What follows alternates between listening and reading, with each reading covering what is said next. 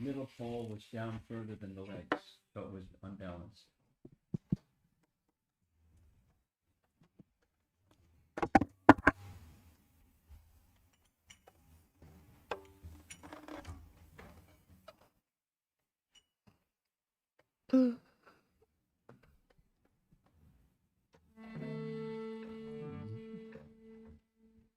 Jaya Radha Madhava Kunjabi Hari Radha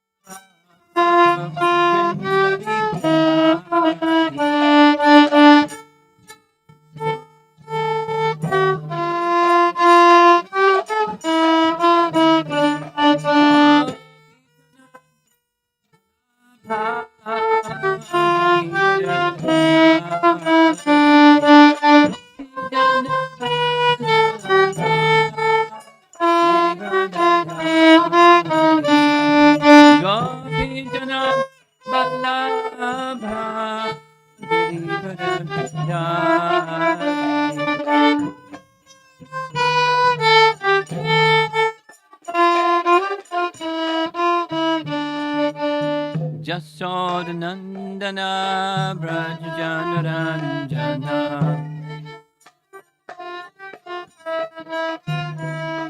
Jasodhanandana Brajanaranjana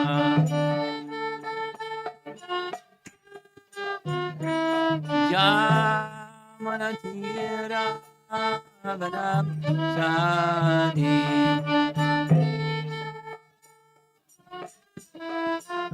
Jamanatira Vanapsadi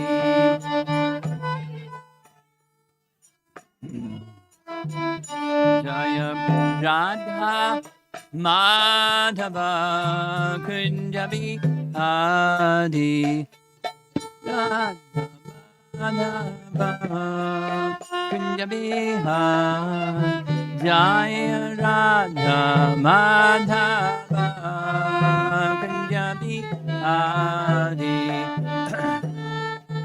Madhava Kunjabi Adi Gopi Jana Balabha Girivara Dhari Girivara Dhari Gopi Jana Balabha Girivara Dhari Gopi Jana Balabha Girivara Dhari Jasodhanandana Brajanaranjana Jasodhanandana Brajanaranjana Brajanada Jamunatira Vanapsadi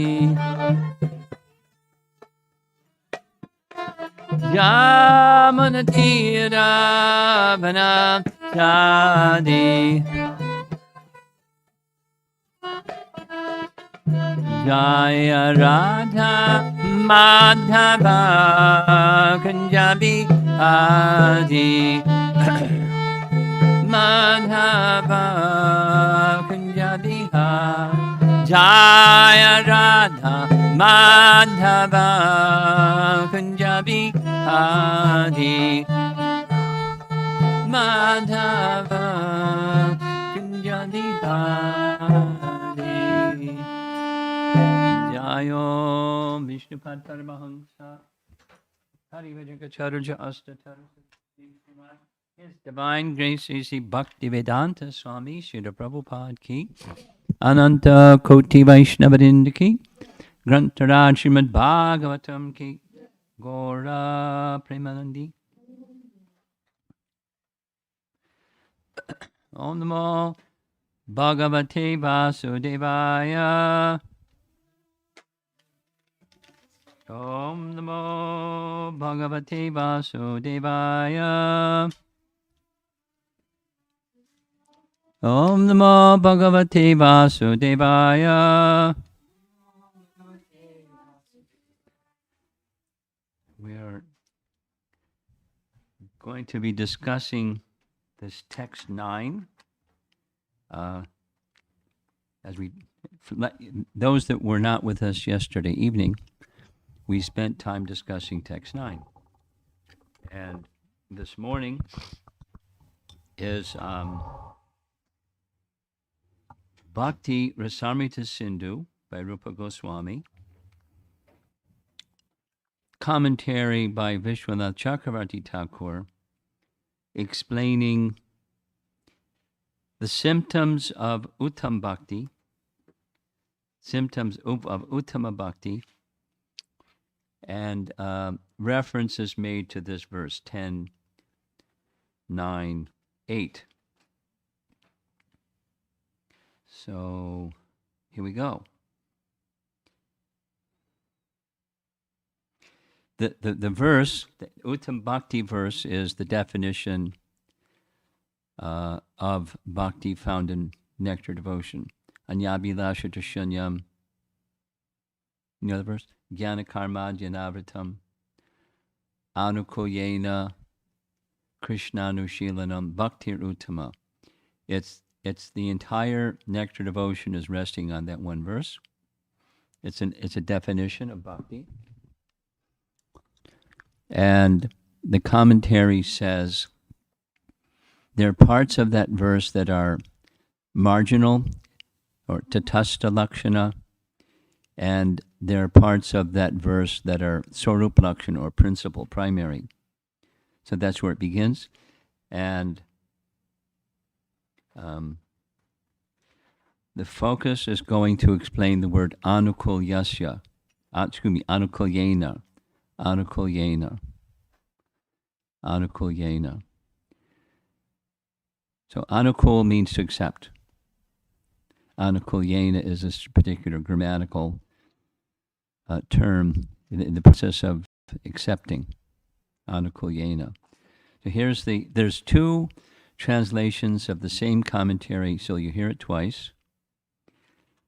And I guess you can appreciate how different commentators are going to take the same text and translate it a little bit differently, but the essence is the same. So you're going to hear it twice. If you miss something first time, you get a chance to understand it again the second time. And, okay, so the heading is Anukulyena, and Vishwanath Chakravarti Thakur begins explaining that word. The principal characteristic, or Swarup Lakshana, of Bhakti has been defined as the cultivation of activities in relationship with Sri Krishna. Those of you that are familiar with Nectar Devotion, you know in the introduction section, Prabhupada uses this very word, Bhakti is a sort of cultivation, right? Bhakti is a sort of cultivation. That's this Krishna anushilanam. Cultivation of activities in relationship to Sri Krishna, Krishna anushilanam. So now comes adjectives that describe that, bhakti. In order to further qualify this definition, the word anu kulyena will be explained. Adjective. In order to establish the swarup or inherent nature of bhakti, the qualifying adjective anukulyena, or favorably disposed, has been used, because bhakti is not accomplished by unfavorable behavior. Very logical. You know, like Kamsa was Krishna conscious, but he wasn't favorable. So it wasn't bhakti. So anukulyena. Certain liberal-minded philosophers have defined the meaning of the word anukulyena as behavior or engagement which is pleasing. It's a liberal definition. In other words, they say that bhakti, or the cultivation of activities in relationship to Sri Krishna, should be pleasing to him. So he's going to reject that idea or modify that idea. Such engagement, which is pleasing to Sri Krishna, is termed anukulya vishishta bhakti. Vishishta means attributes. The teaching of Ramanujacharya is known as Vishishta Advaita. Vishishta means attributes. So with Advaita is non-dual. Within Krishna, within Narayana, there are Vishishtas. It's sometimes manifest, sometimes not manifest, but there's a non-dual relationship between all Vishishtas and the source of them.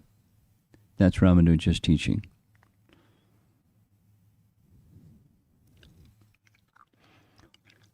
So, engagement which is pleasing to Sri Krishna is termed by these liberal philosophers as anukulya vishishta bhakti, or devotion which is favorable to the pleasure of Sri Krishna. Then comes the problem, and Vishwanath addresses the problem this way. By accepting this kind of meaning, there's faults in a definition where a rule is overextended. There's a Sanskrit term, ati vyapti. You're going to hear this term several times, so if you like to take notes, you can take a note. Ati vyapti. It's technical, not commonly spoken about in our literatures, but it's a nice term to learn. An overextension of a rule, and he's going to explain why that is so. And then there's another fault in a definition or shortcoming, and that's vyapti. There's ati vyapti and avyapti, which is underextension of a rule. So, or that definition may become present in the symptoms of bhakti. So, here's the explanation.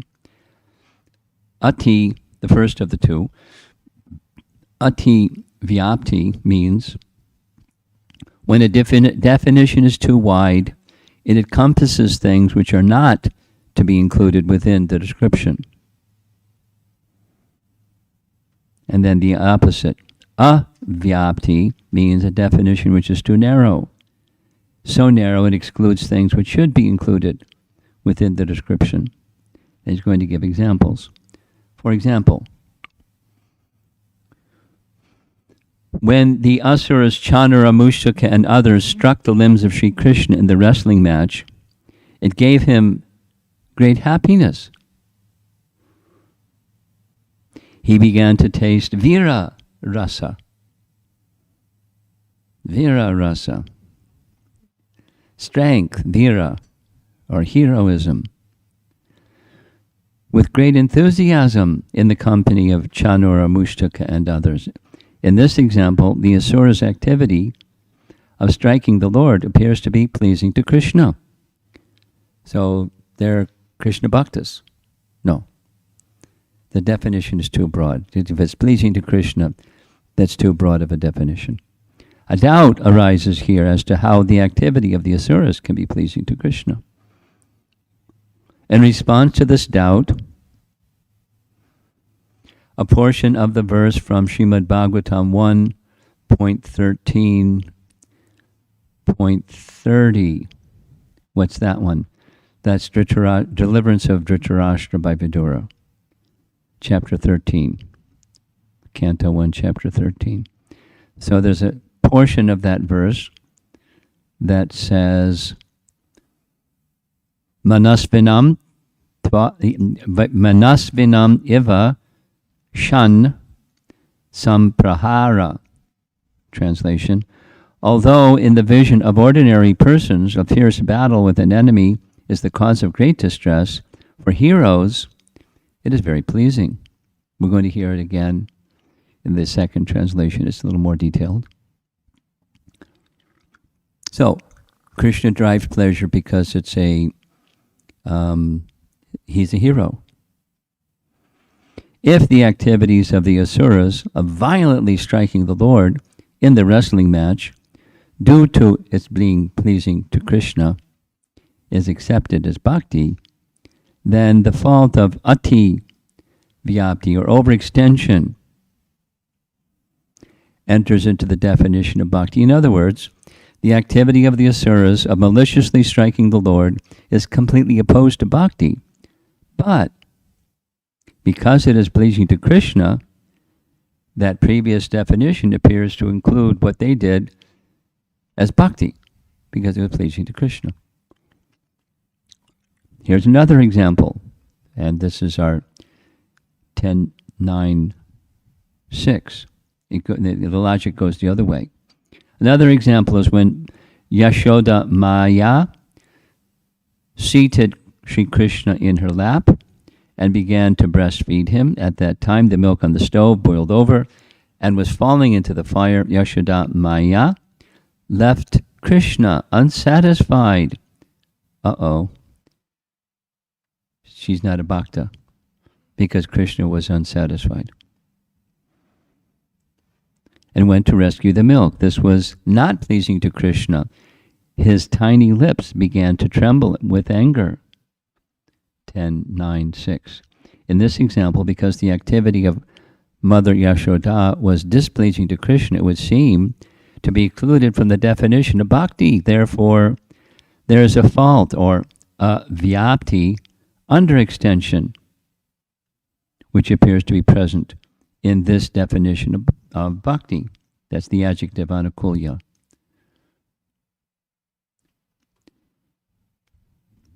Paragraph. The faults, ati vyapti and avyapti, respectively, seem to be in the cited examples of the activities of the asuras and those of Yashoda Maya. So he's going to suggest a different definition for anukulyasya. The word anukulya has been used here with the intention of prohibiting these kinds of faults.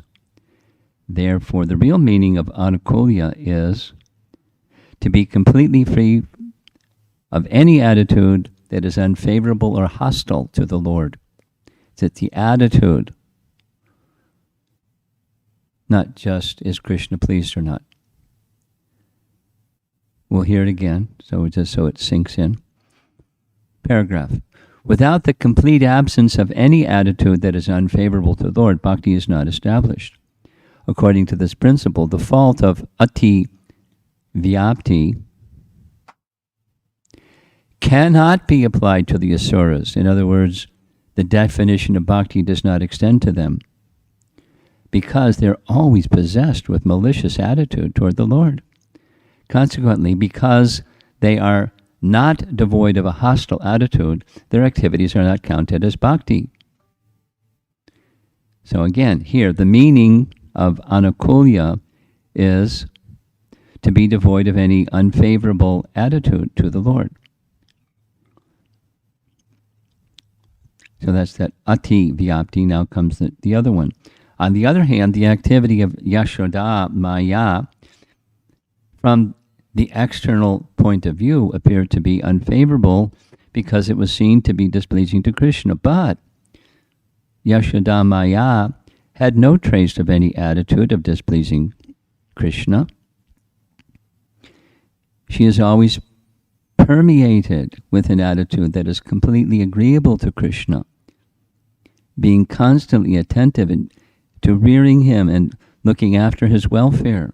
Therefore, this symptom has no contact with the fault of vyapti. In other words, the definition of bhakti does not exclude Mother Yashoda in this example. Paragraph. There's 3 paragraphs, and we'll hear it again, a different translation, same section. The devotees naturally display even greater love towards those things which are favorable toward the service of Krishna than toward Krishna directly. Krishna was to be nourished with the milk that was boiling on the stove.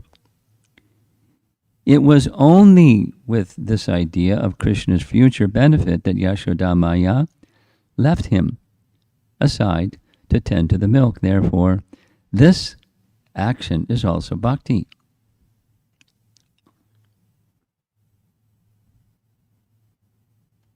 Someone may raise the contention that if a favorable attitude, anukulya, or in other words, the absence of inimical attitude, pratikulya, is defined as bhakti, and if bhakti involves some kind of activity that is favorable or pleasing to Krishna, that what need is there to further qualify bhakti by use of the word anushilana. Anukulyena Krishnanu Shilana. Anushilana. So what is the need for this? In the definition, it should be concise. Anushilana, he has put as attentive study or practice. Why has this word been used if it is without meaning? It is with the purpose of responding to just such a doubt that the word anushilana has been employed. And here's why. The true nature of bhakti is not established by the mere absence of an inimical attitude, for even within a clay pot, there's an absence of animosity. Can the pot then be said to possess bhakti? It never can. It is true that there is no animosity in the pot. However, because there's no activity of the kind implied by the word anushilana, the existence of bhakti cannot be admitted. Therefore, the use of the word anushilana is not without meaning. Scholars in language, anukulyena Krishnanu Shilana, Krishnanu Shilana, Krishnanu and Krishna Anushilana. So here's the next, same section. The definition of anukulya as pleasing for Krishna is both too extensive and too limiting. For instance, the action, anushilanam, of a demon attacking Krishna is the rasa of fighting, yudha vira rasa, derived from utsaha rati. Utsaha we know as enthusiasm. So Krishna was like, yay, let's have a combat. From Krishna's perspective, it is pleasing for him since he takes pleasure in fighting with them. Yudhavira rasa is expressed in the following verse. This is this Canto 1, Chapter 13 verse, text 30. It reads, "The gentle and chaste Gandhari, who was the daughter of King Subala of Kandahar, or Gandhar, followed her husband, seeing that he was going to the Himalaya mountains, which are the delight of those who have accepted the staff of the renounced order, like fighters who have accepted a good lashing from the enemy." So those who are renounced, they like austerities. Those who are vira, those who are heroes or kshatriyas, they like a good lashing. They like it. No, most of us don't like it. But, they like it. They want to, like we hear again and again, this demon, that demon, they wanted somebody equal to, and they couldn't find anybody, so they're frustrated. So they were sent to this one, that one, to get an equal combatant. They like. And, devotees, when it's Ekadasi or time for fasting, it's like, great. Right?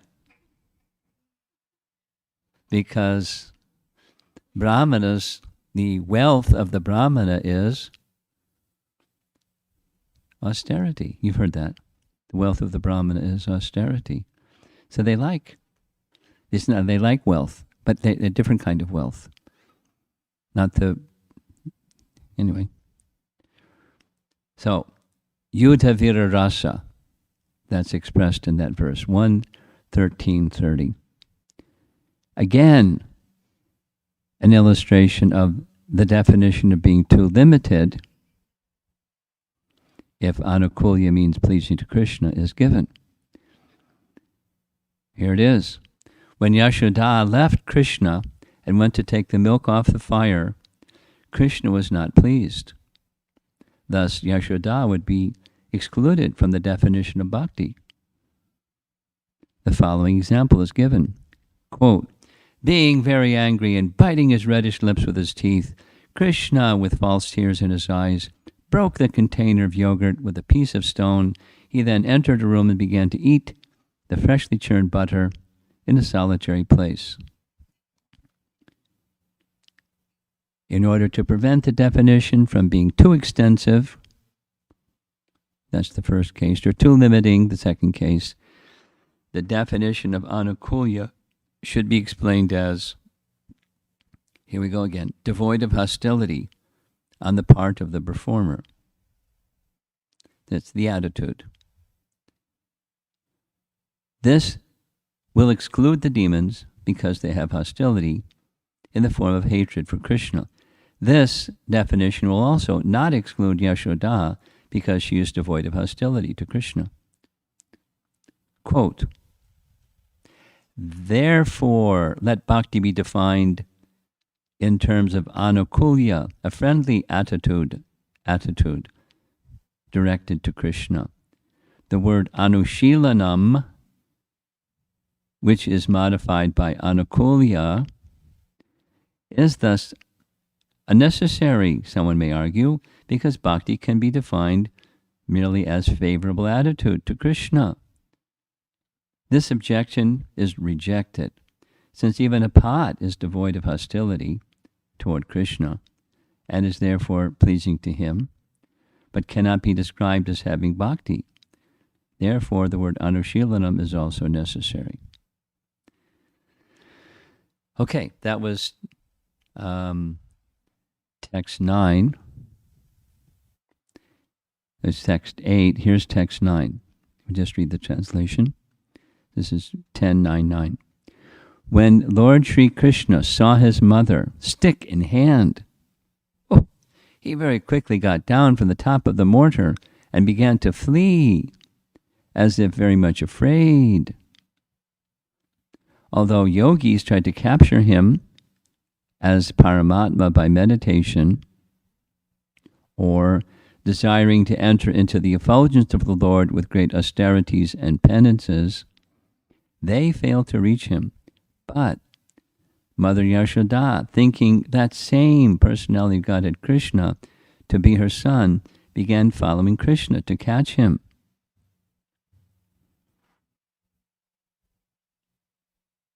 Purport. This is Srila Prabhupada. Yogis, mystics, want to catch Krishna as Paramatma, and with great austerities and penances, they try to approach him, yet they cannot. Here we see, however, that Krishna is going to be caught by Yashoda, and Krishna is running away in fear.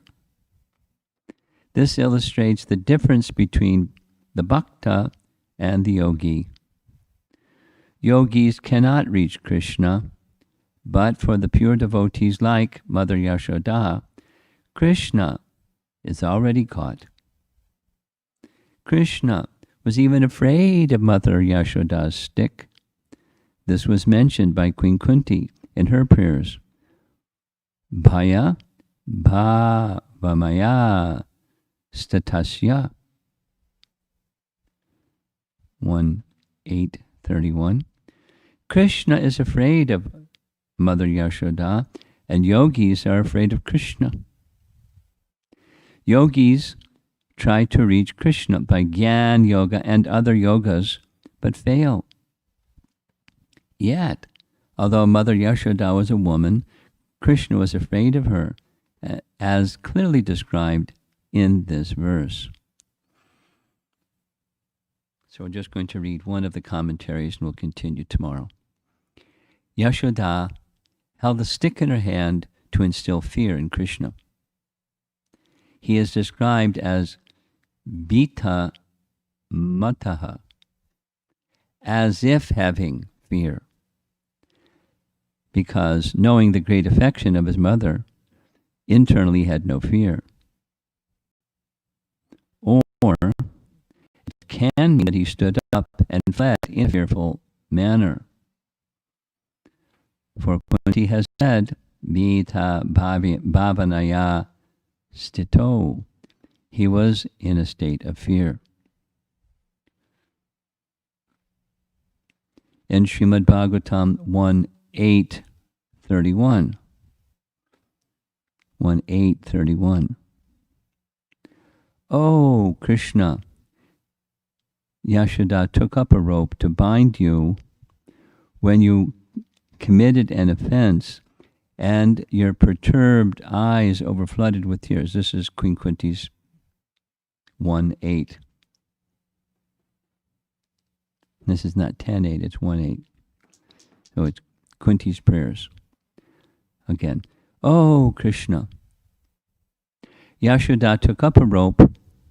There was the stick and then there was the rope to bind you when you committed an offense, and your perturbed eyes overflooded with tears, which washed the mascara from your eyes. You were afraid, though fear personified is afraid of you. This sight is bewildering to me. Of course, she didn't see it. It's just a vision of that pastime. Yashoda, or the word that's used in the verse is gopi, Yashoda chased her son. Although those whose minds are absorbed in samadhi, yogi nam manaha, though capable, kshamam, of merging into Brahman, praveshtum, inspired by penances and austerities to attain gyan, iritam tapasa, such yogis cannot attain na apa. This is made clear by verse 21, which isn't happening yet, but verse 21 and 22 get a lot of attention because they're summary verses of this whole Lila. So here's the phrase, Mayam Sukhapi Bhagavan. Mayam Sukhapi Bhagavan. You'll hear that again and again. Bhagavan Sri Krishna is not easily attainable. So he's not easily to be understood. He's not easily attainable. And Mother Jasoda more than attains him. She binds him.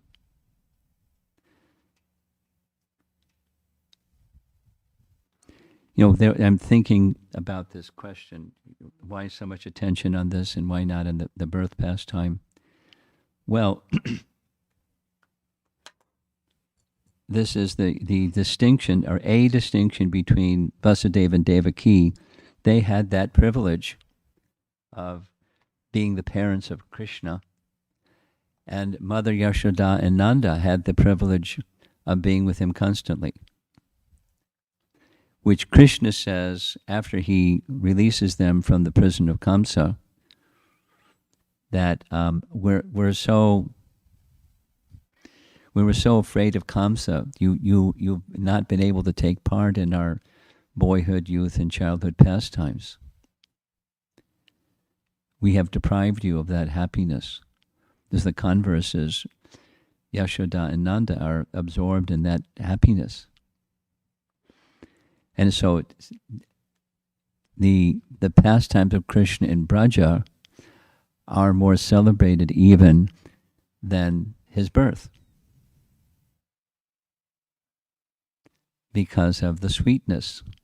There's majesty in his birth, and there's sweetness in his pastimes in Braja. And amongst the sweetnesses, this exchange where Krishna's afraid of the stick and Krishna's afraid of the rope, and he's feeling fear, even if it's, whether one wants to look at it as it's simply a Lila or he's feeling fear, either way, he's feeling fear as a transcendental, loving exchange with Mother Yashoda. And it's a big mystery. And he gets on the other side of it by her affection. He allows her, that which he was afraid of, he allows her. He's controlled by her love. And that's more of a mystery than Krishna's appearing.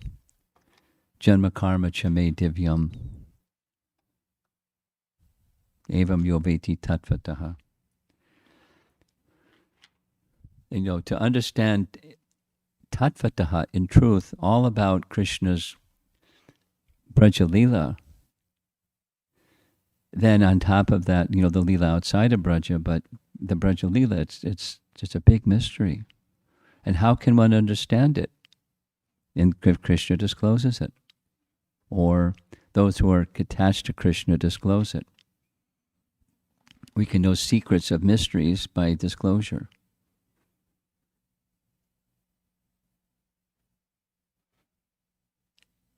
And that's even greater. It's even a greater mystery than Krishna's appearance in this world.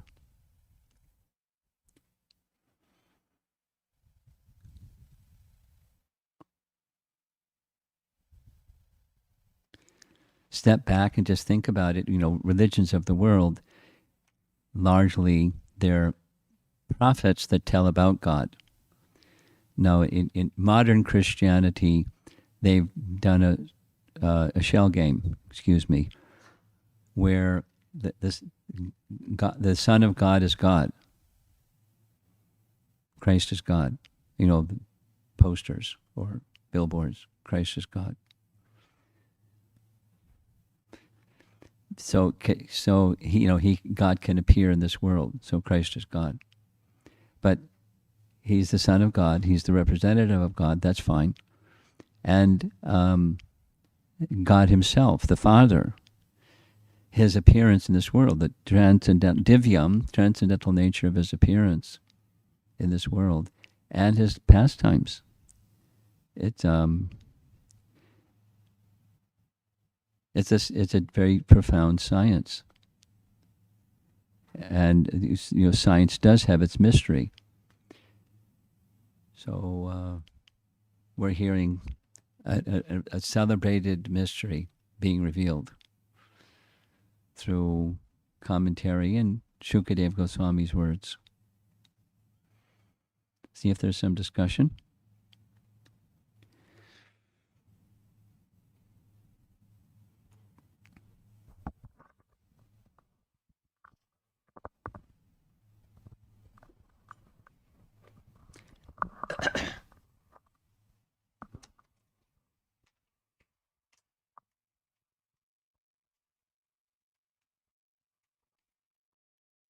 She's the one using it before. She's not a different person. She can just go ahead.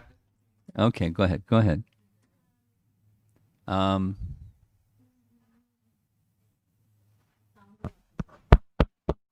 You're on. Yeah. It's on.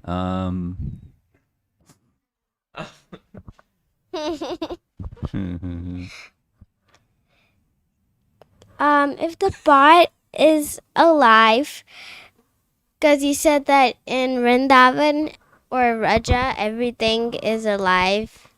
Everything is alive. Everything is conscious and therefore Yeah. alive. Yeah. So then, if the pot is alive, then why can't he cultivate bhakti? Because I Why heard can't that. he what? Why can't he cultivate bhakti? Because Who's he? the pot. The clay pot? Yeah. Clay pot. Because it's alive. It's alive. But it's Shantaras. He doesn't do active. Shila, that word Shila, you with me? Shila means activity. It just sits there. So you're asking, why doesn't pot just get up and walk around? Because that's not what pots do.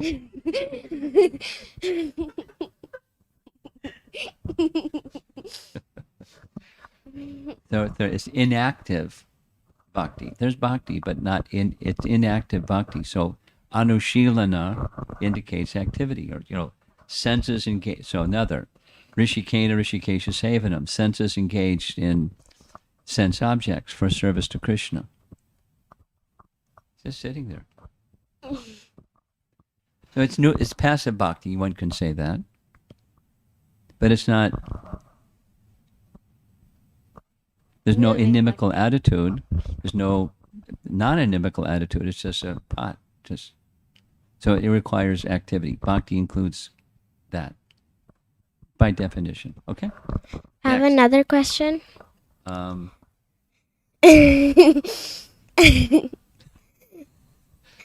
we? I tried to think of. You probably weren't even aware until I came around that every sentence has 2 or 3 ums in it. Hopefully you'll get the message and become more aware of your speech going into future.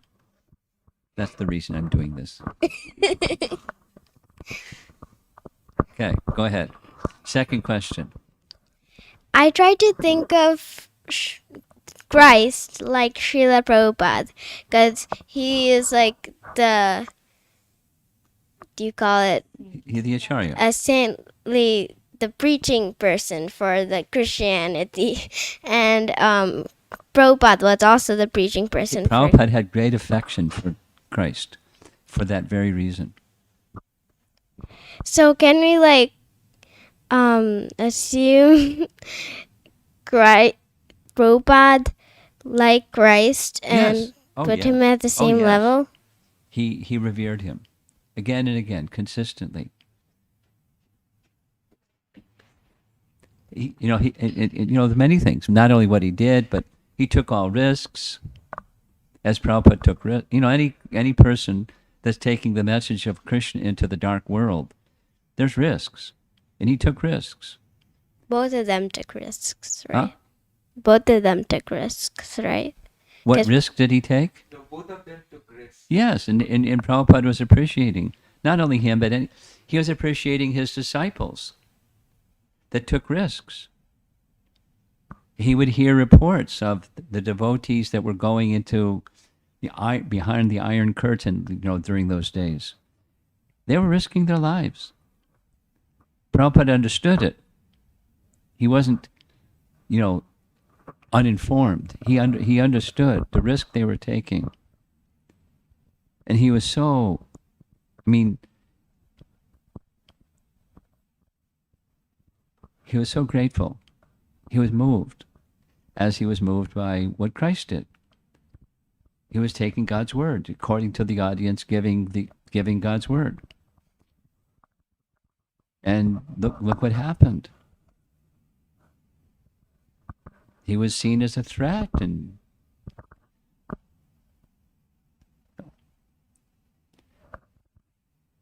yes, those who take the message according to the audience, time, place, circumstance, and delivers that message. Krishna says in Bhagavad Gita, such a person there's no one more dear to me than that person. Now, the person needs to be discriminating how time, place, circumstance to deliver the message. Okay?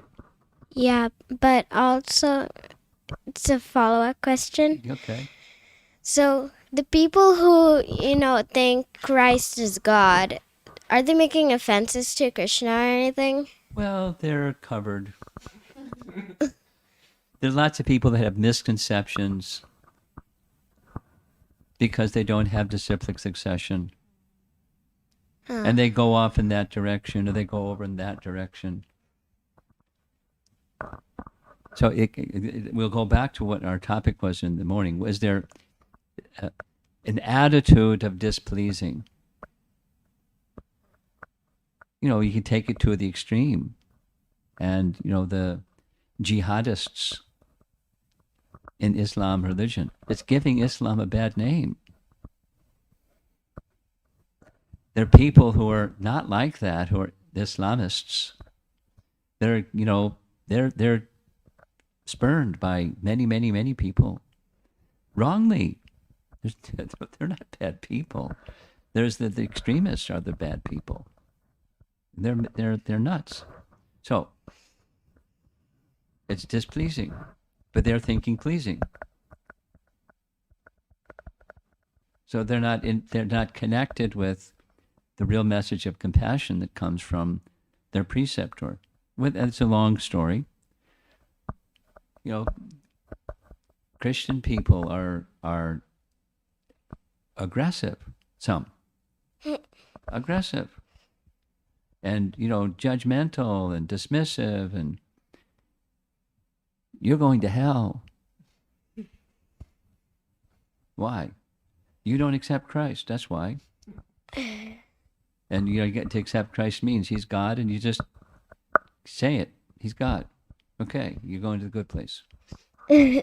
Yeah, one time in Harinam, somebody told me that I was gonna go to hell because I wasn't. Yeah. Okay. Yeah. And we can say, I think I'm a better Christian than you. Because I'm following His teachings and you're not. What do you mean I'm not? I am. Thou shalt not kill. Okay, go ahead. Next. Anyone else?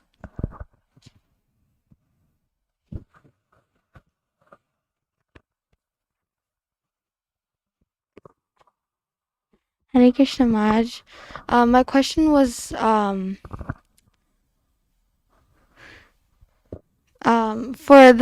the cowherd boys wrestled with each other while they were tending to the cows, is that a simmered down version of Yuddha Vira Rasa? Yes. Yes. That was pleasurable. They weren't interested in hurting. They were interested in giving pleasure.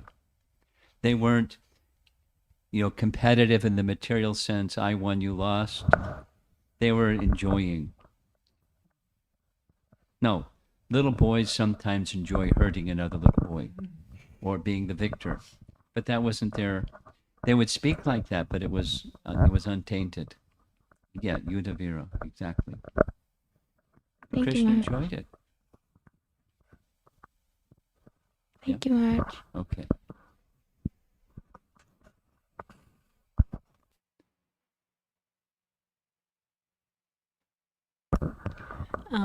Guru Maharaj, following No, it's on. It's on. on up on some of the questions. So in Christianity, so who's the son and who's the father? Oh, come on. You know. So is the Christ like, He's the Son. And He was sent by God. God the Father hath sent me. There's the Father and there's the Son. Krishna is the Father and Christ is the Son. Or any other name of God. Allah is the Father and Christ is the Son. Or Muhammad is another son. It's not just like God only has one son. So many sons. And then so one who is pure is a pure son. That's Acharya or Shaktivesh Acharya, Shaktivesh avatar. Empowered person sent. We have the same teaching.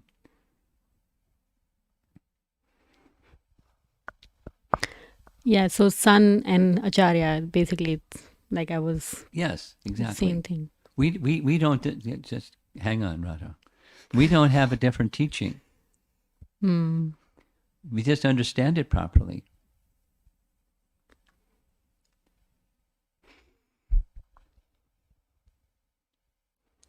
Yes, Maharaj. No one, one of their, the big phrases from the Bible is, no one comes unto the Father except through me. We have the same teaching. You True. can't go to God directly. You go through his representative. Hmm. Same teaching. But they've got a franchise. It's only this one. Hmm. It's not principle. It's only this one. You don't go this one, then you're going to hell. It depends on the circumstance. Generally, I don't get into it, but my reasonable response to such a person that says that's not the God that I know. Hmm. He's unlimitedly compassionate. So 3 questions. Is God limited or unlimited? He's unlimited. Is his compassion limited or unlimited? Unlimited. So all those people that were on earth before Christ appeared, they all went to hell. Hmm. And then all those people since Christ appeared that just say these words, I accept Christ as my Lord and Savior. They go to heaven and everybody else goes to hell. That's not the God I know. He's loving. So, you can have your conviction, that's okay. But I believe you've misunderstood the statement, no one comes unto the Father except through me. I think you've misunderstood. Here's the proper understanding. It's in all religious traditions. It's certainly in the Vedic tradition. It's, 434 Bhagavad Gita, or the disciplic succession principle, chapter 4 Bhagavad Gita. That's the principle. And here's an example of the principle. That's the right understanding. Now, you don't accept that. That's okay. Hmm. But God is loving. He's not condemning. The entire population of human beings that existed before Christ was born went to hell. Sorry, that's not God. But you're entitled to your beliefs. I find them very irrational. It's not a loving God.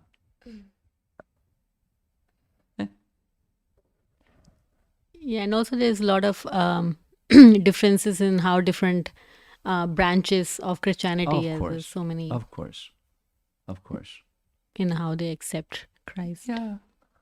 And what the Trinity is and the whole shebang. There's like a zillion different ideas. Hmm. Okay, your daughter's enthusiastic to do the next question. You have Yeah. more question? Do you have more? Yes, Maharaj. Yes, please go ahead. So, regarding the pot being in Shantaras, is that how what their eternal position is, or they have opportunity to? According to what Prabhupada, Tamal Krishna Maharaj asked Prabhupada the following question. Can one move from one rasa to the other? And Prabhupada said, why not? Spiritual world is dynamic, not static. But, then comes, well, how might that happen? And what's the technology? And, but it's a principle. It can happen, according to what Prabhupada said. Then, largely anything happens because of association. One of the even those, I've mentioned this several times, but from chapter 35, the sound of Krishna's flute, even those Shanta entities became ecstatic hearing Krishna's flute. they exhibited symptoms of ecstasy just at the sound of Krishna's flute. So, Another question. So, is there any description of previous births of Mother Yashoda? Like, was she mother? she's eternally Mother Yashoda. That's the message we should be very clear about. Okay. Like for At other. the end of chapter 8, there's a confusing, potentially confusing description of Drona and Dara. Mm-hmm. But the unconfusing part of that, which is confusing, is they are expansions of Nanda and Jasoda. Partial expansions. By the arrangement of the Supreme Lord, please expand yourself. So they did. Mm-hmm. And then when it became time for Krishna's appearance, they entered into the body of Nanda and Jasoda. And when Krishna's pastimes were over, they returned to the heavenly realm. The partial expansions. Okay, Maharaj. I have one more question, but I'll pass the mic around. Go ahead. There's no So- previous lifetime. She's eternally Mother Jasoda. Mm-hmm. Okay, Maharaj. Thank you. Now, regarding the pastime of Mother Yashoda binding Krishna and Krishna is afraid. Now, if I have to view this from a Western lens or a context, it feels like child abuse or trauma. Sure. So how are we to like even describe such a pastime, say, to a neighbor? Depends which neighbor. Or Fellow over there, I don't know if you would want to even try.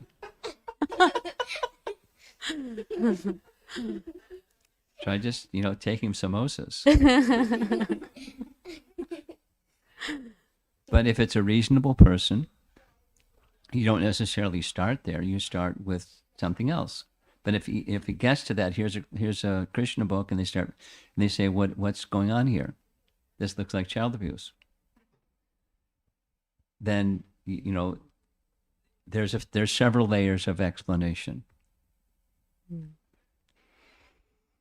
The restraining of a child may be part of discipline of a child, because they may harm themselves or need some potentially detrimental adult behavior in adult life to be curtailed.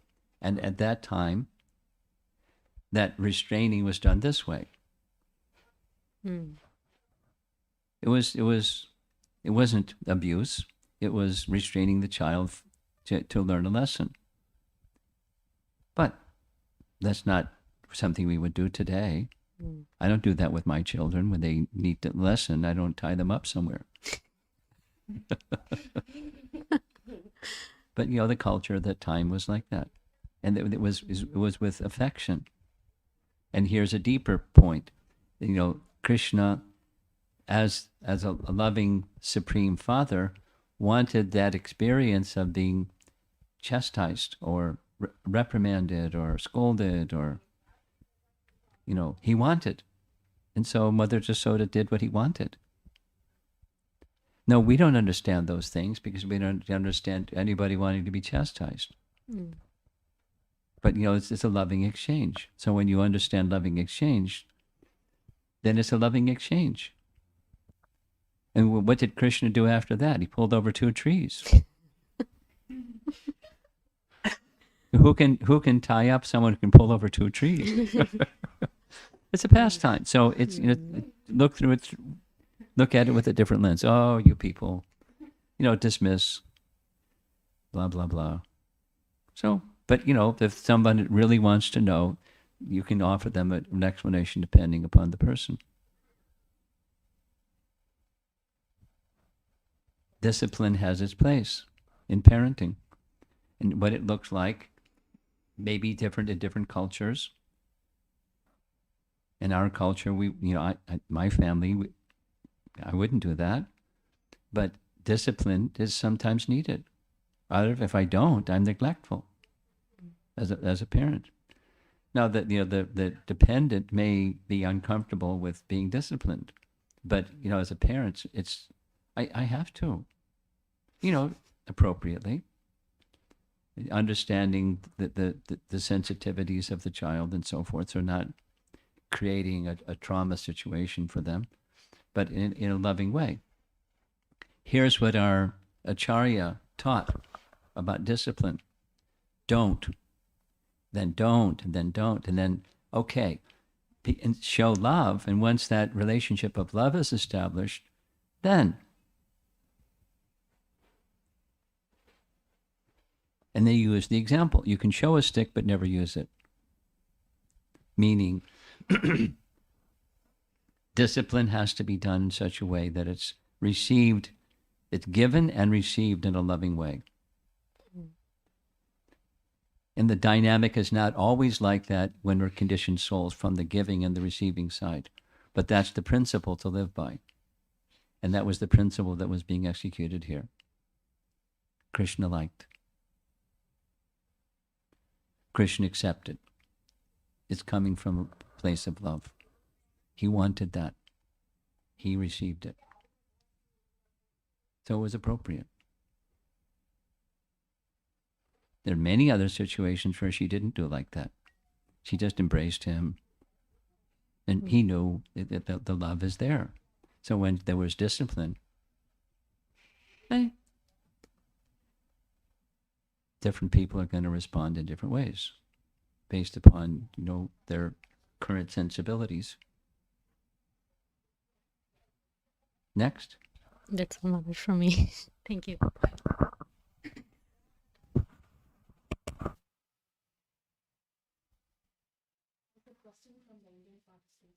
Go ahead.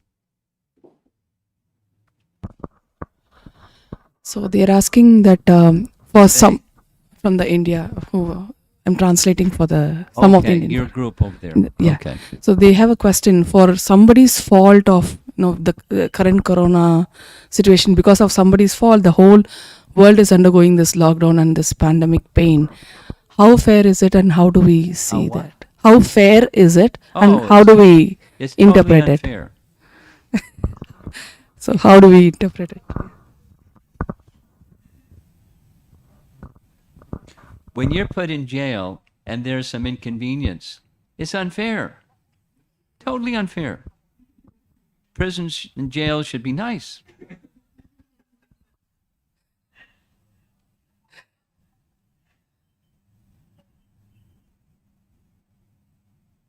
You can restrain a criminal without making it unfair. And everyone should have equal treatment in the prison. The hardened criminal and the one-time offender, everyone should be treated equally. That's fair. It's not fair. This whole coronavirus thing is unfair. We're in jail. We're offenders, and here we are, and some not, and we're all going to pass. Maybe dying is unfair. It's unfair. God is all good, so why should you die? Okay. You get the idea. We're implicated because of our indulgence in an attitude that's unfavorable to Krishna. We're Krishna's competitors, and so we get, a bonk in the head, or maybe something worse. So that root problem needs to be addressed, not the fairness, unfairness.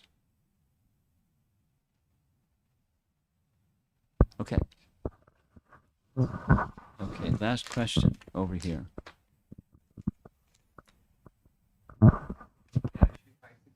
Five or six? Okay, we're going to do the 5 or 6.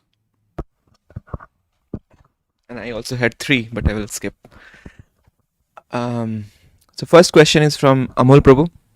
If a neophyte has positive attitude but performs activities imperfectly due to lack of expertise, are those activities displeasing to Krishna? No.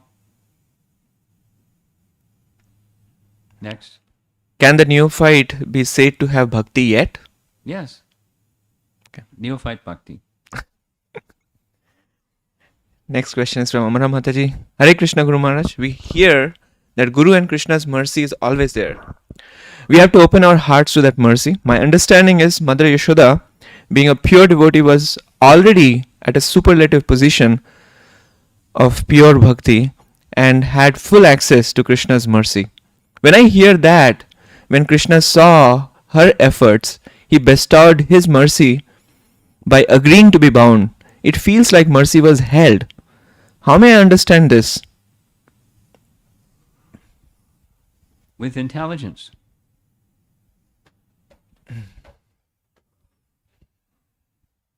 Krishna wanted to have Mother Jasoda increase and increase and increase and increase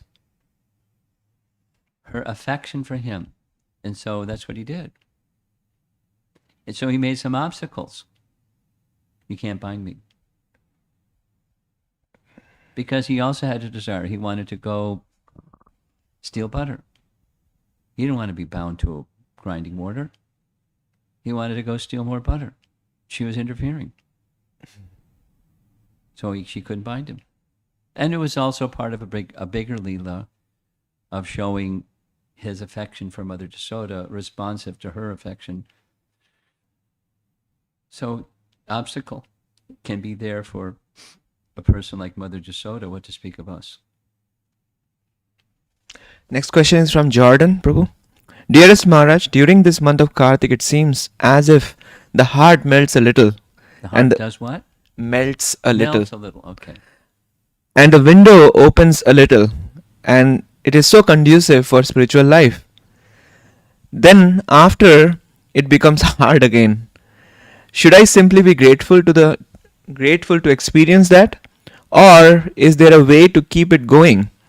I try, but it seems material responsibilities grow. This is from Yamuna Mataji.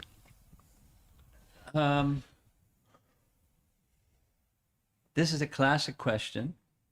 It's expressed in different ways at different times, but it's a classic question. And how does unsteady become steady? And the answer is by purification, or by anartha nivritti, the unsteady becomes steady. So there are favorable periods of time and circumstance. That's what this Kartik month is for you. So it's favorable. And there's a rise in bhakti. And then there's, after the favorable, whatever that favorable may be for somebody or somebody else, like say a big festival or a big seminar or something, and then that auspiciousness subsides, and so does one's enthusiasm, etc. But how to sustain it is a commitment to do so, and purification. You stay the course, in short. By one who strives by right means is assured of success, Krishna says. Next. Last question from Amara Mataji. Also a follow-up on changing rasa. Changing rasa. In what circumstances a devotee might want a change? I don't want to go there. I'm sorry. Or, what circumstances? It's inexplicable. Don't go there. Just, each of us has an eternal relationship with Krishna. Go there. Go there. And if Krishna wants, Krishna may send some association, and somebody that's in some position may want to, for the satisfaction of Krishna, be in a relationship with Krishna different. It's in Krishna's hand. So don't even obsess about this, or don't get curious about it. If it happens, it happens. Don't worry about it. Worry about what your relationship with Krishna is. Stay focused there. Okay. Sorry for being abrupt. You have some topics.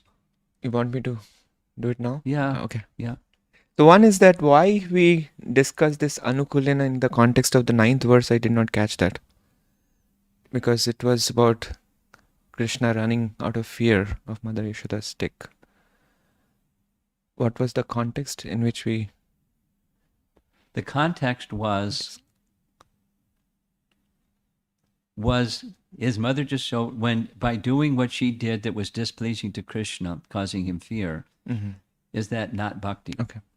Got it. If bhakti is pleasing to Krishna, she wasn't pleasing Krishna, so she's not a bhakta. That was the context. Second question is, it is mentioned that it's as if out of fear, and also previously there is false tears. I mean, on one hand we say that Krishna is reciprocating with We Mother discussed this Yashoda's... yesterday, and I don't mind discussing it again.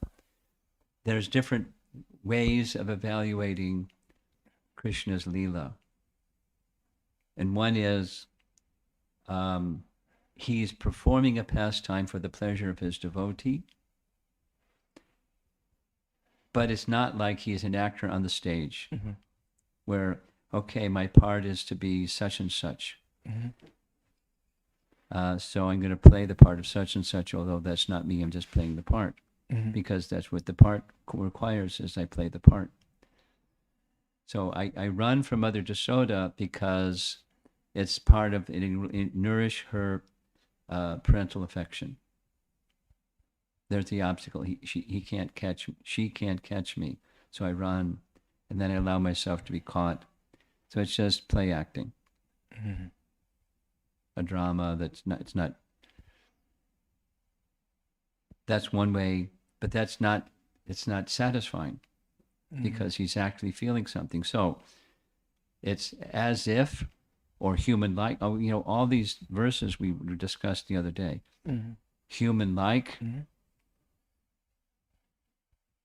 As if, and then at the same time it's genuine. He's feeling something, experiencing something.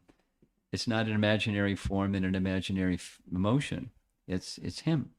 He's feeling those things, and then in the next moment he's not feeling those things, and that's his yogamaya potency, and that's how we can understand it. Okay. Maya means what is not. So what is, if there's this what is not? Well, he's the supreme enjoyer, and he's enjoying. And he's enjoying not just by play acting, he's enjoying different varieties of emotion, and then that stimulates varieties of emotion and love in his devotees, and that's the exchange. Ashraya Vishaya, exchange. The abode of love and the object of love exchanging. That's love. It's a loving exchange. So one can look at it this way, one can look at it that way, and they're both right.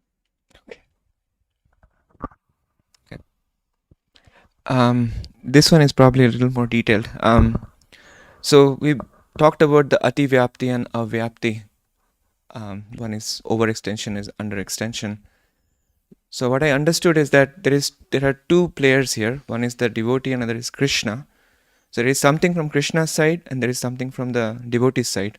So from Krishna's side, yes, he wants this virya rasa and just the fighting somebody is giving, that is pleasure giving to him. And in the case of Mother Yashoda, her neglecting Krishna to take care of the milk, that was from Krishna's side potentially displeasing. And then from the devotee's side, there is the idea of attitude, that there is, in one case there is unfavorable, in the other case there is favorable. But then we also understand that Krishna is absolute, and even in the case of Putana's situation, Krishna accepted that tiny little motherly spirit that she had when she was offering the milk, and Krishna extended that and took it as a devotional act in one sense, and then gave her the position of being a mother. So I'm just thinking that from Krishna's side, he can, so to speak, bridge that gap in attitude. I mean, in the case of Putna particularly, there was no favorable attitude. No, that was it's very minuscule. Okay. That's discussed in the Aghasura killing also. Prabhupada's very explicit. He says it in two purports. What was favorable? Yeah, he doesn't say what was favorable, but he says one cannot achieve the abode of the Lord without bhakti. So what's the bhakti in what Aghasura did? Mhm. What's that little glimmer, trace, sliver, thread? Hardly anything, because everything else was, death personified. He's described like that. Mhm. And the only answer that was suggested, and I don't know what the reference is, but it was somewhat indirect. Rather than killing, swallowing the cowherd boys and calves, he waited for Krishna to come, and Krishna was wanting, it's like unintentional, agyata sukriti, unintentional service. He wanted Krishna to come in his mouth and then close his mouth. So Krishna was missing the cowherd boys. The cowherd boys are missing Krishna. He facilitated that. In that moment of hesitation where Krishna became bewildered. That's the speck, indirect speck. And Krishna accepted that. So then what to speak of those that are dedicated? How grateful Krishna is. Okay. Mhm. Last question. Did you forget? No. Radha, you had something.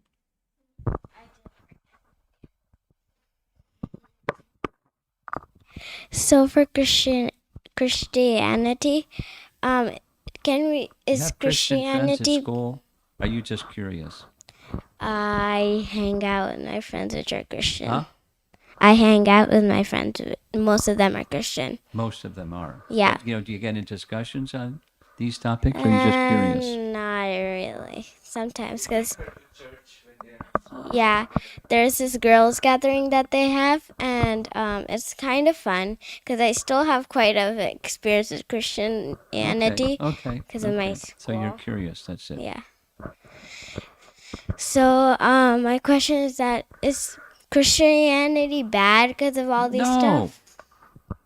The application is another story, but the teachings are God's teachings. Not the full, 100%, but God's teachings. That's what was delivered. And just one more short question is like a Damodar, something like the Damodar pastime in the Bible? Is there something like a Damodar pastime in the Bible? No. Yeah. No. Prabhupada ki. Jai. Jai.